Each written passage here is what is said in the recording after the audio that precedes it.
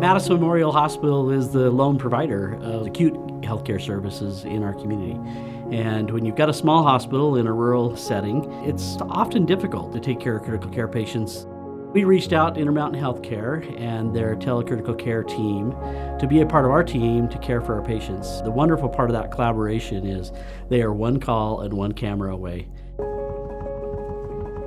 It seemed like it was going to be a normal night in the ICU with some critical patients, but everybody seemed fairly stable. When I came in and got a report on the patient, I learned that this patient had attempted suicide by taking 365 pills of Benadryl. As the night progressed, things started to turn bad pretty quickly. As I was sitting one-on-one with her and she started having seizures, I started recording right away and thought, I need to call the doctor.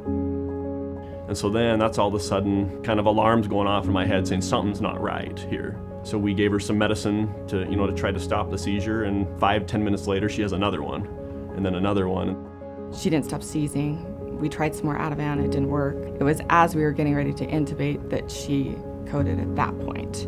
She loses a pulse, her rhythm changes, and so we check a pulse, there's no pulse. We had to put a central line in, so we had a doctor from the ER come up to do that.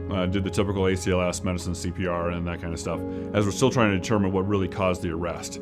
Patient was an overdose earlier, had seemed to be improving, and then all of a sudden kind of started getting worse, so we're trying to figure that out at the same time. At that point, I heard a voice kind of behind me suggesting something. And that's when I kind of turned and saw the TV monitor on, and the nurse said, oh, that's the ICU doc from Utah who's helping to run and help direct things. I said, okay, sweet. And that person at that point, then we started to interact a little bit more as we kind of talked about options, what we could do. The telehealth doctors were there giving a lot of advice and input on interventions that we hadn't seen done before. They were working on all the kind of acute management right there, but I needed to know, okay, what else can we do?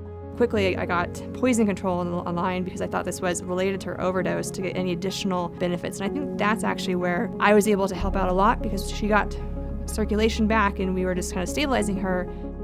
I actually went home after the code to look it up because I was like, why are we doing this one? Anyway, and it turned out that it was a great intervention, and there are case studies that show that it's really effective, but it was nice to have that resource. We don't have the volume, or the resources to have an intensivist full time.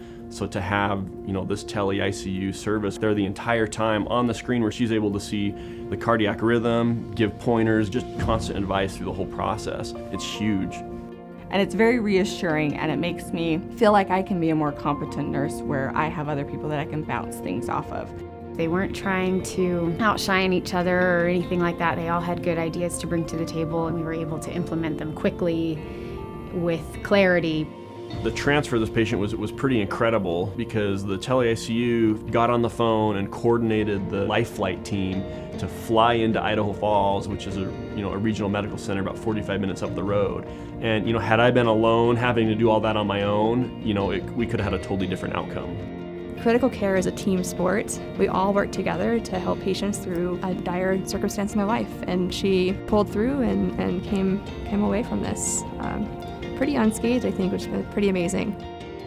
When I have these patients and I'm worried about somebody and it's late at night, I can rest easy a lot of nights knowing that I have somebody who's kind of watching over my shoulder if I need them. Somebody who's given me a second opinion, making sure I don't miss anything. And so for me as a physician, it's made a big difference.